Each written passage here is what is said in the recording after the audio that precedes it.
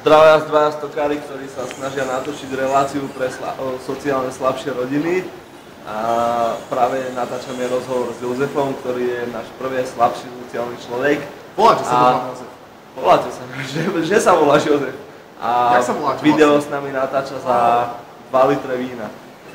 Jak sa voláš? Palo. Adolf? Palo. Palo? A koľko si na ulici? Vyše 5 rokov. Vyše 5 rokov? A kde si zatiaľ býval?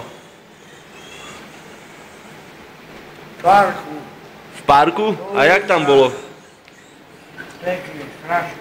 Pekne? Choďte to skúsiť a potom... Ne, však sme ti kúpili 2 litre vína, tak nejdeme do Dobro piče. ste mi kúpili, keď ste mi nekúpili nič. Však dáme ti to po reportáži.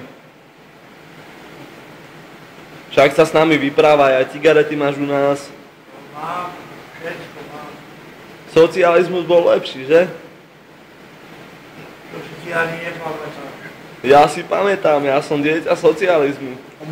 On mal 4 roky, keď bol socializmus. Daj mi to, fľašu. Sice si to moc nepamätám, ale ja si to aspoň pamätám.